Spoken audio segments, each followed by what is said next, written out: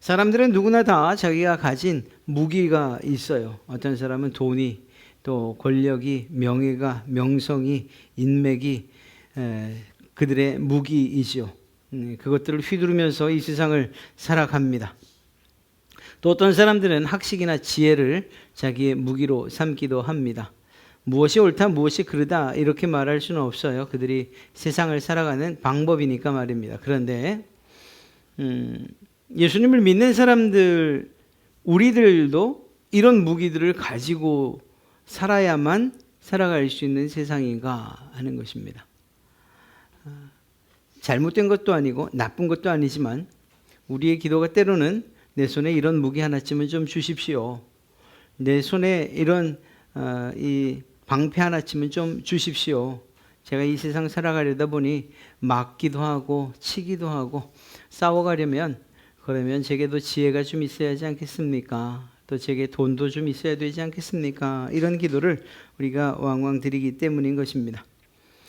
그런데 설령 그것들이 우리의 생각대로 주어졌다 해도 인생을 살아보신 여러분들 조금만 생각해 보면 이것들조차도 내 힘으로 어떻게 하지 못하는 것이 인생이더라. 이러한 분명한 답을 가지고 계실 것입니다. 어느 것 하나 내 계획대로, 내 뜻대로, 내 의지대로, 내가 원하는 방향대로 움직여 가는 것이 있던가요? 있기도 하지만 사실은 조금만 높은 곳에서 보면 그것이 하나님의 은혜였고, 사실 하나님께서 우리를 향해서 고개를 돌리시기만 하면, 하나님께서 우리를 향해 눈을 감기만 하시면 우리는 우리의 갈 길조차 그 방향조차 잃어버리는 것, 그것이 우리라는 사실을 솔직히 인정해야만 합니다. 하나님께서 우리를 붙잡지 아니하시면 이 세상을 조금도 살아갈 수 없는 것, 그것이 우리라는 것입니다. 그때 하나님께서 우리를 돕지 아니하신다 하는 그때 그러길 원치 않지만, 그러한 때에 내 손에 들린 돈이 무슨 의미가 있고 명예가 무슨 의미가 있고 친구들이나 혹은 사람들의 인맥이 무슨 의미가 있고 건강이 무슨 소용이 있겠습니까? 어느 날 갑자기 주님께서 오라 하면 이 모든 것들을 다 놓고 가야 하는 것, 우리의 계획도 우리의 뜻도 다 내려놓고 가야 하는 것, 그것이 우리들인데 말입니다. 그런 점에서 볼 때 사람은 우리보다 좀 더 지혜나 능력에 있어서 또 힘에 있어서 더 많은 것들을 가지고 더 강한 사람들, 강한 이들의 도움을 받아야 됩니다. 어리석은 사람들은 세상에 여러 잡신들을 찾아다니면서 나보단 좀 낫겠거니 하며 그들에게 우리의 운명, 자신의 앞날을 맡깁니다만, 그러나 그것도 허망하다는 것을 우리는 이미 잘 알고 있습니다. 결론적으로 말씀드린다면 사람의 지혜의 이러한 연약함, 우리가 가지고 있는 것, 설령 가졌다 하더라도 그것이 얼마나 연약하고 부족하고 그리고 정말 하나님 앞에서 맥없는 것인가 하는 것들을 알아서 내가 하나님의 능력으로 살아야겠다라고 그렇게 고백하시는 것, 그것이 참된 복이며 또한 그렇게 살아가는 이들이 하나님의 은혜 가운데 거하시는 분들인 줄로 믿습니다. 그런 점에서 나의 지혜가 아니라 오직 하나님의 능력으로 살겠습니다라는 이러한 다짐과 결단을 하시는 귀하고 복된 시간 되시길 주님의 이름으로 축복합니다. 사도 바울은 제2차 세계전 2차 전도 여행 때에 이 고린도 교회를 세웁니다. 그리고 1년 6개월 동안 고린도 교회 안에서 함께 사역을 하지요. 그리고 나서 다른 지역의 개척을 위해서 떠납니다. 그런데 이 사도 바울이 떠난 다음에 아주 큰 문제가 생깁니다. 정말 다양한 문제가, 어쩌면 오늘날 이 시대에 있는 모든 문제들을 하나씩 다 뽑아서 고린도 교회가 마치 잘못된 교회 모델, 교회 안에서 일어날 수 있는 모든 문제들을 안고 있는 그런 교회 모델처럼 그렇게 생각되기까지도 합니다. 당시 고린도 교회 이 도시는 항구 도시인데 워낙에 무역이 발달해 있고 또 퇴역 장군들이, 로마의 퇴역 장군들이 사는 그런 곳이었어요. 그러니 돈 많고 그리고 쾌락을 위해서 사는 그런 사람들이죠. 그러다 보니까 성적으로 매우 문란할 수밖에 없었고, 또 갖가지 우상들, 왜냐하면 항구 도시다 보니까 이곳저곳에서 오지 않습니까? 교역이 이루어지고 단순하게 물건만 파는 것이 아니라 자기들의 신들을 가지고 와서 제사를 지내고 또 그것들을 믿고 하는 일들이 있다 보니까 갖가지 우상들이 많았습니다. 특별히 잘 사는 부를 가져다 주는 그러한 신들을 섬기느라고 정신이 없지요. 또 학문적으로도 매우 발달해서 철학이나 수사학이 발달해 있었고 그것들을 가르치는 학교도 있었습니다. 이런 도시다 보니까 그러다 보니까 그곳에 세워진 교회 역시 참 쉽지 않은 거예요. 마치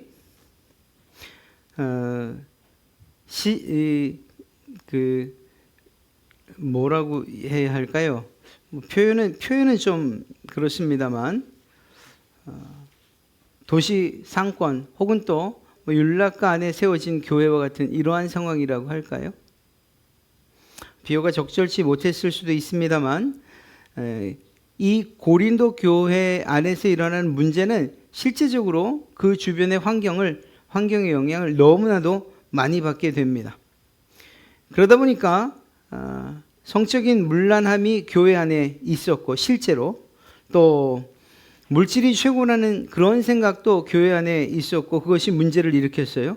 믿음보다는 우리가 가진 지식이 더 중요하지 않느냐, 이것들을 자랑하는 그러한 사람들도 있었습니다. 그러다 보니까 사도 바울이 가르친 복음보다 자신들이 가지고 있는 것이 더 중요하게 생각됐고 그러다 보니 자기가 존경하고 따르는 사람들을 지도자로 내세우기 시작했습니다.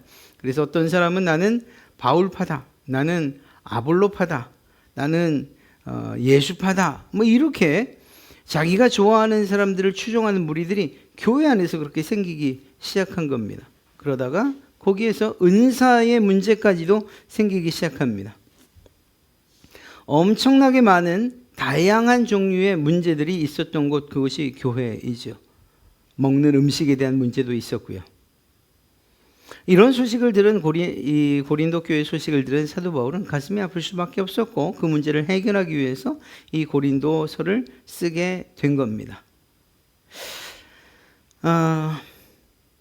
어떤 상황에 처해 있더라도 이 고린도 교회 성도들이 한 가지만 잊지 않았더라면 사도 바울이 지금 1장부터 아주 인사의 글은 매우 짧고 1장부터 그들의 문제를 아주 정확하고 그리고 깊이 있게 파헤치는데, 첫째는 교회 안에 있는 분쟁에 관한 것이었고 그리고 그 분쟁의 모든 해결은 결국은 너희의 지혜를 자랑할 것이 아니라 예수 그리스도만을 자랑해라, 십자가의 능력을 믿어라, 그리고 그것을 자랑해라 라는 것으로서 이러한 분파의 문제들을 해결해 가고 있는 것이거든요. 그러니 지금 우리가 처한 문제, 또 이 고린도 교회 성도들이 처한 문제, 그것과 상관없이 이러한 모든 어려움들을 헤쳐나가는 그 길은 하나님의 능력을 힘입어서 살아가는 길밖에는 없다라는 사실을 이야기하고 있는 거예요. 그리고 오늘날 우리에게도 이 사실은 변함이 없어요. 고린도 교회와 같지 않아서 문제가 없는 것이 아니고 우리가 살아가는 세상, 여러분의 가정이 그리고 또 우리 교회가 있는 이렇게 발붙이고 있는 이 세상 자체가 예전 고린도만 못하지 않기 때문에 더 악할 수도 있고 더 심각한 문제가 있을 수 있고 언제든지 그러한 정말 좋지 않은 영향들을 교회가 받을 수 있기 때문에 결국 우리는 고린도 교회를 통해 고린도 교회를 향해서 했던 사도 바울의 이 이야기에 귀를 기울여야만 하는 것입니다. 우리가 중요하게 여기는 것, 우리가 자랑할 수 있는 것들을 다 내려놓고 십자가, 예수 그리스도의 십자가를 자랑하며 그 십자가의 능력을 따라 살아가는 그러한 성도가 되어야 한다라는 사실입니다. 이것이야말로 이렇게 하나님의 능력을 힘입어 살아가는 것이야말로 우리가 살아갈 수 있는 유일한 길이다라는 사실을 사도 바울이 우리에게 지금 이야기하고 있는 것입니다. 우리의 작은 지혜, 그리고 지식, 내 손에 들려진 모든 것들, 내가 이것으로 말미암아 지금까지 살아왔어. 내가 이것 때문에 살고 있지라고 하는 것들을 다 내려놓으시고 이제는 내가 예수 그리스도의 능력으로 십자가의 능력으로 살리라 라는 그러한 마음으로 주님 앞에 서시는 그러한 여러분 되시기를 바랍니다. 십자가의 능력이라는 것, 사실 말에 어폐가 있어요. 십자가가 능력이다. 십자가는 가장 흉측스러운 그런 형벌 도구였을 뿐인데 어떻게 그것이 능력이 될 수 있는가? 사실 이 앞뒤가 맞지 않는 그러한 단어의 배열인 것이죠. 예수님에 대한 이스라엘 백성들의 기대는 매우 컸습니다. 이제 우리를 로마로부터 구원해 줄 진정한 메시아, 진정한 왕이다 라는 사실로서 예수 그리스도를 따랐죠. 그런데 따르고 보니 너무나도 무기력하게 붙잡히고 매맞고 조롱당하고 마침내는 십자가에 못 박혀 죽으시더라는 거예요.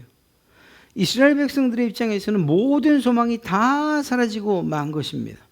그리고 우리가 수요 성경 공부 시간에 말씀드렸던 것처럼 이 가룟 유다 같은 경우에는 열혈당원이었기 때문에 폭력을 가지고서, 그러니까 무장 독립 단체에 속한 일원이었기 때문에 어떻게든 이 나라가 로마로부터 독립하는 것, 이것이 가장 그에겐 중요한 것이었어요. 그리고 예수 그리스도면 그것을 충분히 하실 만하다고 생각했던 거예요. 따라다녀 보니 능력도 있고 또 기적도 베풀고 자연 만물도 다 그 앞에 순종하고, 야, 이분이 우리의 지도자가 되면 우린 로마쯤 내쫓는 것은 아무것도 아니겠구나 생각을 했는데 오히려 예수님께서는 가시는 곳마다 내가 이제 죽는다, 내가 이제 죽는다. 물론 다시 살아나신다는 말씀도 했습니다. 그러다 보니 그렇게 믿고 따랐던 예수 그리스도에 대한 배신감이 있었고, 그리고 어쩌면 그것 때문에 예수 그리스도를 팔지 않았겠는가, 이렇게도 생각해 볼 수 있는 것이죠. 이러한 가룟 유다의 마음이 사실은 모든 이스라엘 백성들의 마음이기도 했어요. 야, 우리가 믿었던 메시아가 십자가에 저렇게 맥없이 죽는구나. 큰 충격과 실망감을 가질 수밖에 없었던 것이죠. 그런데 사도 바울은 이러한 예수 그리스도, 그분이 매달려 죽으신 흉측스럽기도 하고 그리고 약하고 어리석음을 상징하는 것 같은 그 십자가 안에서의 비밀을 발견합니다. 그 십자가의 복음이, 그것이 우리를 살린다는 이 사실을 발견했고 그것을 힘있게 전파하고 있는 것입니다. 물론 그 십자가에 달리신 예수 그리스도의 능력이죠. 예수님께서 십자가의 죽으심으로 말미암아 우리가 다시 살아날 수 있었다는 것, 생명을 얻을 수 있었다는 이 놀라운 구원의 진리를 십자가를 통해서 전하고 있는 것입니다. 그런 의미에서 십자가의 능력은 예수 그리스도를 믿음으로 받아들이는 자들에게만 나타난 능력이라는 사실을 사도 바울은 강조하고 있는 것입니다. 그리고 그런 십자가의 능력으로 살아라. 이 세상 너의 능력으로, 너의 재주로, 너의 힘으로, 너의 지혜로 살 생각하지 말고 십자가의 능력으로 살아라. 이렇게 우리에게 아주 힘주어서 선포하고 있는 것입니다. 십자가의 능력을 부인한다? 그러한 사람에게는 당연히 이 십자가가 미련해 보일 수밖에 없어요. 말씀드린 것처럼 피에 쩔어 있는 그러한 흉측스러운 형틀에 지나지 않고 저 자리엔 죄인이 매달릴 자리인데 어떻게 그 자리에 매달린 예수가 메시아일 수 있는가, 이런 낙심할 수밖에 없는 그런 상황이 되는 것이죠. 십자가에서 구원을 바라보고 또 발견하는 일들이 결코 쉬운 일은 아니라는 것입니다. 그러나 예수 그리스도를 알고 그분을 통한 하나님의 뜻과 계획이 어떠한 것을 알며 마침내 십자가상에서 어떤 사건이 벌어진 것이고 그 신비가 무엇인지를 아는 여러분과 저에게는 그 십자가가 다른 사람들이 보는 것처럼 그렇게 미련하고 흉측스러운 형틀이 아니라 우리에겐 새로운 소망을 주고 우리의 삶의 능력이 되어지는 줄로 믿습니다. 하나님의 능력이 그것을 통해서 나타났기 때문인 것이죠. 22절부터 25절 사이에 무엇이라고 이야기하고 있습니까? 유대인은 표적을 구하고 헬라인은 지혜를 찾으나 우리는 십자가에 못 박힌 그리스도를 전하니, 그분의 십자가에 못 박히심과 그리고 부활하심과 그리고 다시 오실 그 예수 그리스도, 그분께서 그냥 죽으신 것이 아니라 우리의 모든 죄악들을 짊어지고 대신 속죄의 제물로서 죽으셨다는 이 사실을 전했다는 것이죠. 유대인에게는 꺼리끼는 것이요. 왜 꺼리끼는 것입니까? 나무에 매달린 자는 하나님의 저주를 받은 자다라는 사실, 그 율법의 말씀이 예수 그리스도를 저주받은 자로 그렇게만 인식해 했으니 꺼려질 수밖에 없지요. 이방인에게는 미련한 것이라, 헬라인들이나 자기 나름대로 고귀한 그리고 또 정말 괜찮은 사상을 가지고 이 헬레니즘 안에서 생각하던 사람들에게는, 아니 어떻게 저렇게 죽은 죄인이 우리의 구원자일 수 있는가? 참 미련하다. 그렇게 믿는 것 자체가 미련하다고 생각할 수밖에 없다는 것입니다. 그러나 오직 부르심을 받은 자들, 바로 저와 여러분들에게는, 유대인에게나 헬라인이나 그리스도는 하나님의 능력이요 하나님의 지혜니라. 아멘. 그렇습니다.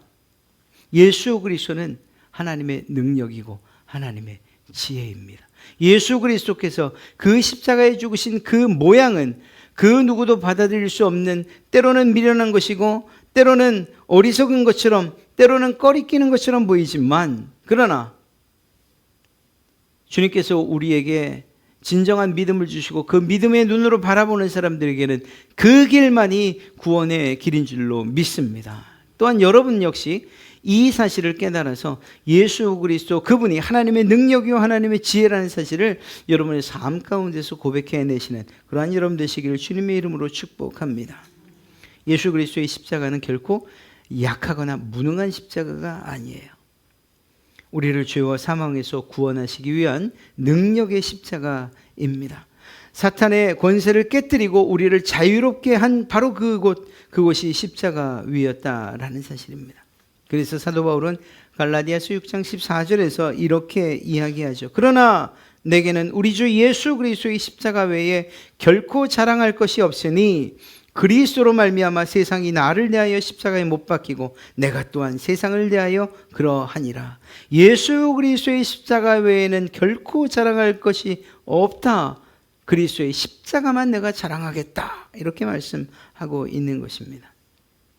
사실 사도 바울의 입장에서 십자가 자랑할 일이 많겠습니까? 아니면 자기 자랑거리가 많겠습니까? 사도 바울은 자기 자랑거리가 꽤나 많은 사람이에요.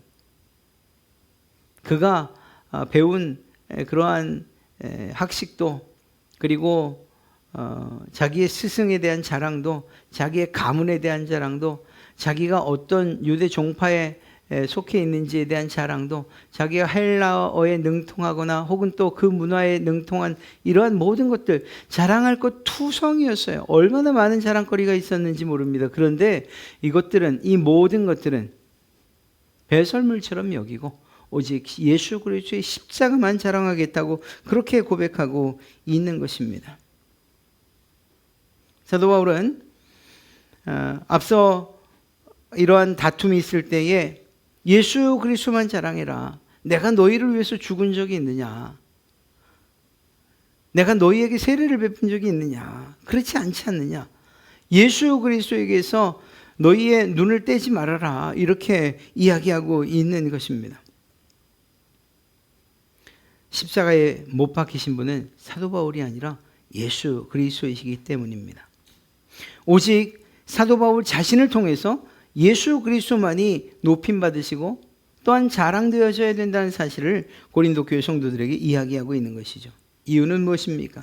그 십자가의 능력은 바로 그곳에 달리신 예수 그리스도의 고난과 죽으심을 통해서, 그리고 또한 우리를 향한 사랑으로부터 온 능력이기 때문인 것입니다. 우리에게는 그러한 능력이 없죠. 내가 죄인인데 나의 죄도 해결하지 못하는데 누구를 위해서 내가 죽어줄 수 있단 말입니까? 이 점에 있어서는 사도 바울도 마찬가지였거든요. 죄 없으신 예수님께서 온 인류의 모든 죄를 짊어지시고 십자가에 오르셨기 때문에 그 십자가가 구원의 능력이 되는 줄로 믿습니다. 이사야서 53장 5절을 보세요. 그가 찔림은 우리의 허물 때문이요 그가 상함은 우리의 죄악 때문이라. 그가 징계를 받음으로 우리는 평화를 누리고 그가 채찍에 맞음으로 우리는 나음을 받았도다. 예수 그리스도께서 당하신 십자가 그리고 그 고통과 고난 그 죽으심이 결국은 우리를 살리는 능력이 되었다는 사실을 이사야는 이미 예언하고 있었던 것입니다. 세상 사람들이 십자가를 어떻게 보든지 괴념치 마십시오. 그 사람들도 가지고 다니긴 해요. 장식물처럼 귀걸이로 목걸이로 마치 부적처럼 가지고 다니기도 해요. 그러나 우리에게 있어의 십자가는 그런 장신구 정도가 아닙니다. 우리의 생명을 위해서 죽으신 예수 그리스도 그분이 우리를 위한 구속의 보혈을 흘린 바로 그 능력의 십자가인 줄로 믿습니다. 바라기는 우리 모두 십자가에 감춰진 하나님의 능력을 발견하고 그 능력을 따라 살아가는 그러한 여러분 되시기를 주님의 이름으로 축복합니다. 이 능력에 있어서 그러니까 십자가의 능력에 감춰진 또 다른 비밀 한 가지가 있어요. 그것이 무엇인가 하면 약할 때 더욱 그 능력이 강해지더라라는 거예요. 이것처럼 신비로운 일이 어디 있습니까? 보고가 자신이 위협을 당하면 자신의 몸을 잔뜩 부풀려서 마치 뭔가 힘이 있는 것처럼 그렇게 자기의 위기를 모면하지 않습니까? 그런데 가만 보면 세상 사람들이 다 그래요. 어떤 위기를 만나고 또 어떤 힘이 필요할 때 내가 가진 모든 것들을 부풀려서 최대한 키워서 내가 이만큼 힘이 있는 사람이고 내가 이 정도쯤은 해결해 갈 수 있다. 이렇게 스스로를 자랑하면서 그 길을 헤쳐나가려고 합니다. 그런데 십자가의 능력, 그 십자가를 통해 나타난 예수 그리스도의 능력은 오히려 그렇지 않습니다. 약할 때 그 능력이 강해진다고 우리에게 말씀하고 계십니다. 오늘 함께 읽은 1장 26절부터는 저희가 읽지 않았는데 이렇게 기록하고 있죠. 형제들아 너희를 부르심을 보라. 육체를 따라 지혜로운 자가 많지 아니하며 능한 자가 많지 아니하며 문벌 좋은 자가 많지 아니하도다. 이 무슨 말일까요? 고린도 교회 성도들 면면을 살펴보니 지혜로운 사람 몇 없구나. 또 능력 있는 사람 몇 없고 문벌 좋은 사람도 없더라. 생각해 보십시오. 살만하고 돈 많고 눈만 돌리면 이것도 즐겁고 저것도 즐겁고 자기가 누릴 쾌락이 얼마나 많은 그런 고린도 도시인데 이렇게 교회 와서 앉아 있을 이런 문벌 좋은 사람들, 지혜로운 사람들, 능력 있는 사람들이 누가 있겠습니까? 이 점에 있어서는 여러분들도 마찬가지 아닙니까? 사실은 여러분이 능력 없다 이런 말씀을 드리는 것이 아니라 이미 십자가의 그 비밀을 알고 있기 때문에 세상의 모든 것들을 포기하고 이 자리에 나오신 줄로 믿습니다. 지금쯤이면 우리 지금쯤이 내일을 준비하는 마음으로 저녁 준비하고 맛있게 식사하시고 편안하게 쉬시면 얼마나 좋아요. 그걸 몰라서 이 자리에 나오셨나요? 주일 아침 그 황금과 같은 시간들, 특히 연휴가 이렇게 낀 그러한 주일 같은 경우에 굳이 이 자리에 나와 있어야만 되냐? 누가 봐도 참 답답하고 미련해 보이죠. 그러나 사실은 우리에게 지혜가 없어서가 아니라 오히려 더 크고 놀라운 지혜를 알고 있기 때문에 이 자리에 나오신 줄로 믿습니다. 세상적으로 볼 때 능력이 많은 사람도 지혜롭다 할 만한 사람도 가문이 좋은 사람도 고린도 교회에 없었어요. 그런데 더 놀라운 것은 그렇게 부르신 이유가 무엇인지를 설명하고 있기 때문입니다. 하나님께서 교회의 면면을 살펴보면 왜 이런 사람들을 부르셨을까? 또 어떤 기준으로 부르셨을까 할 때 한 가지는 분명합니다. 세상의 기준으로 부르지는 않으셨구나. 만약에 여러분들이 어떤 모임을 만들고 세상에 어떤 힘있고 영향력을 끼치는 모임을 만들고 싶을 때에 어떤 사람들을 모으시겠어요? 당연하죠. 힘 있고 빽 있고 능력 있고 권력 있고 명예 있고 명성자자한 사람들 이름만 대도 알만한 연예인 한 두 명 정도 끼고 막 이렇게. 그러면은 힘 있고 능력 있게 여러분들이 원하는 일들을 하실 수 있지 않습니까? 아니 교회도 그런 방식으로 세워져 가면 얼마나 크게 부흥할 수 있고 또 빠르게 부흥할 수 있지 않겠습니까? 그런데 하나님께서 그렇게 하지 않으시더라는 거예요. 다른 교회는 모르겠는데 우리 교회는 그렇게 하지 않으시더라는 거예요. 이유가 뭐냐? 그 이유를 너무나도 자세하게 그리고 우리에게 정말 위로하시는 그러한 마음으로 이야기해 주고 계십니다. 27절부터 29절이 바로 그거예요. 그러나 하나님께서 세상에 미련한 것들을 택하사 지혜 있는 자들을 부끄럽게 하려 하시고 세상에 약한 것들을 택하사 강한 것들을 부끄럽게 하려 하시며 하나님께서 세상에 천한 것들과 멸시받는 것들과 없는 것들을 택하사 있는 것들을 폐하려 하시나니 이는 아무 육체도 하나님 앞에서 자랑하지 못하게 하려 하심이라. 아멘. 여러분들이 약하고 부족하고 뭐 그래서 더 힘있고 능력 있는 사람들을 부끄럽게 하는 도구로 이거는 생각하지 않으셔도 돼요. 다만 이 제일 마지막에 있는 말씀만 기억하십시오. 이는 아무 육체도 하나님 앞에서 자랑하지 못하게 하려 하심이라. 만약에 여러분들이 어떤 자격 요건을 갖춰서 그리고 주님께서 교회의 일원으로 여러분들을 부르실 때에 어떤 자격 요건을 둬서 재산은 얼마이고 키는 얼마고 뭐 어쩌고 저쩌고 이렇게 기준을 세워 놓으셨다면 못 오는 분들도 계시겠지만 혹여 그 모든 기준을 통과해서 온 사람들의 모가지가 얼마나 뻣뻣하겠습니까? 내가 그 정도는 다 가지고 있으니 그 기준은 넘었으니 이 자리에 나와 있지. 그리고 설령 그렇지 못한 사람들을 만났을 때 얼마나 교만스러움이 있겠습니까? 하나님께서는 하나님의 백성들이 어떤 이유에서라도 교만하거나 오만하지 않기를 원하시고 하나님 외에는 다른 어떤 것도 자랑하기를 원치 아니하셨기 때문에 어쩌면 무시하는 그런 기준. 다른 사람들이 이게 무슨 기준인가? 또 어떤 모임을 구성하고 또 형성하고 또 부르시는 그러한 자격인가 할 만한 것들을 한없이 낮춰놓으셨다라는 거예요. 그리고 그 자리에 우리가 나와 있는 것입니다. 그런 점에서 볼 때에 설령 우리 가운데에서 조금 나아도 조금 괜찮아도 그 이유 때문에 하나님 앞에서 혹은 다른 성도들 앞에서 교만해지거나 오만해져서는 결코 안 된다라는 사실을 이야기하고 있는 거죠. 또한 반대로 우리가 다른 사람들의 삶의 기준이나 또 어떤 기준에 의해서든 뭔가 좀 부족하다고 느낄 때에 그것 때문에 낙심하지도 말라는 거예요. 왜냐하면 하나님께서 그런 사람들을 부르셨어요. 그리고 그런 사람들을 통해서 내 능력이 너를 살게 할 것이라고 말씀해 주셨기 때문이에요. 늘 말씀드리지만 내가 무엇인가 할 수 있다, 내게 능력이 있다, 내게 지혜가 있다라고 하는 순간까지는 하나님한테 매달리지 않는 것, 그것이 우리의 정말 아주 정말 지독한 버려야 될 그러한 습관인 거 아시죠? 그런데 버리지 못하는 습관인 것.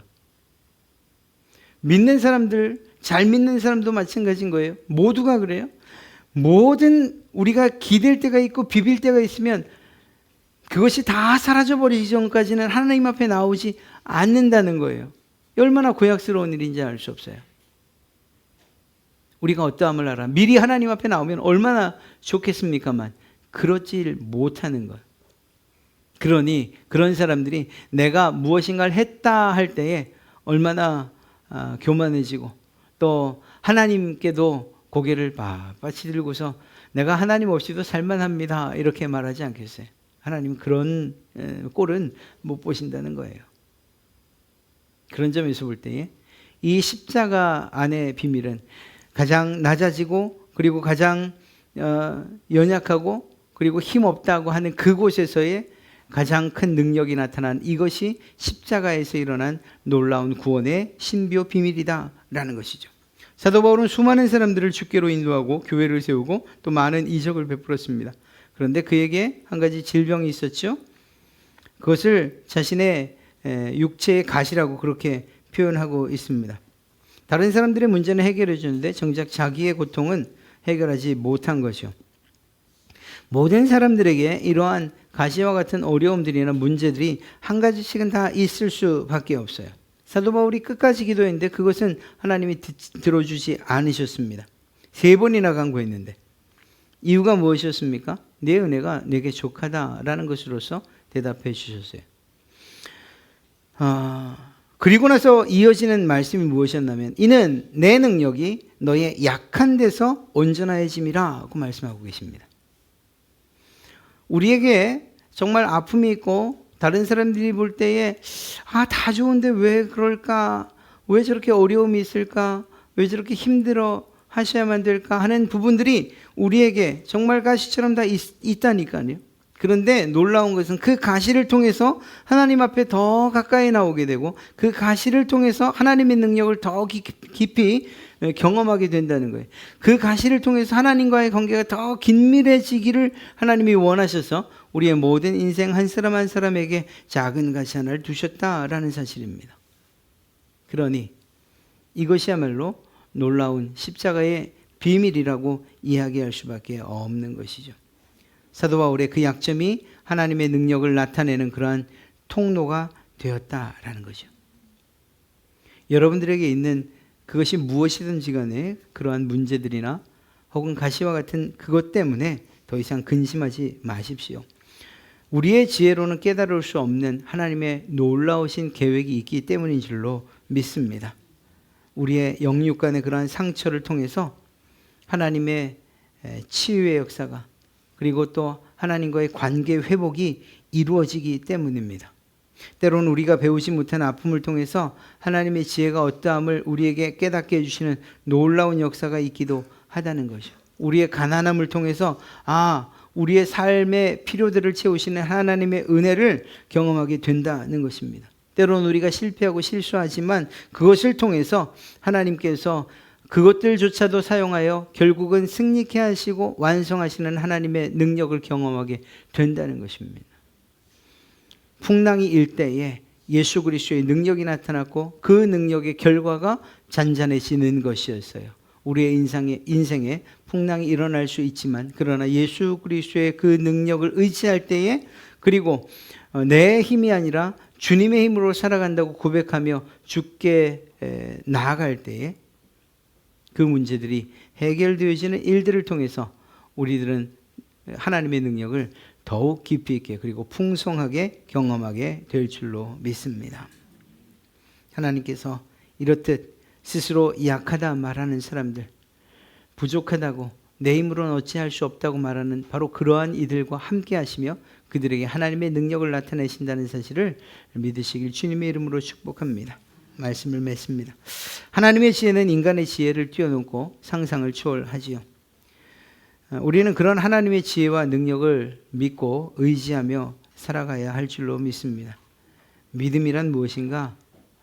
따지고 또 이해할 만하고 이성적이고 합리적이고 우리가 경험적으로 그때서야 받아들일 수 있는 것이 믿음이 아니죠. 왜냐하면 믿음은 사람의 지혜가 아니기 때문입니다. 믿음은 하나님의 능력으로 나아가는 그러한 첫걸음이 되는 것입니다. 고린도전서 2장 5절에 너희 믿음이 사람의 지혜에 있지 아니하고 다만 하나님의 능력에 있게 하려 하였노라. 그렇습니다. 하나님의 지혜와 그리고 그 능력을 구하는 여러분 되시기를 주님의 이름으로 축복합니다. 구하시면 모든 사람에게 후히 주시고 꾸짖지 아니하시는 그 하나님께서 여러분들에게 주시겠다 약속하고 있습니다. 우리의 연약함, 낙심하고 또 절망할 이유가 아니고 오히려 이 길을 통해서 하나님의 능력을 경험하게 하시는 그러한 하나님의 신비인 줄로 믿고 하나님께 더 가까이 나가시는, 그래서 나의 작은 지혜나 경험이나 지식이나 능력 등 모든 것 다 내려놓으시고 예수 그리스도 또 하나님의 능력을 믿고 의지하며 그렇게 승리하여 살아가시는 다음 한 주간 되시기를 주님의 이름으로 축복합니다.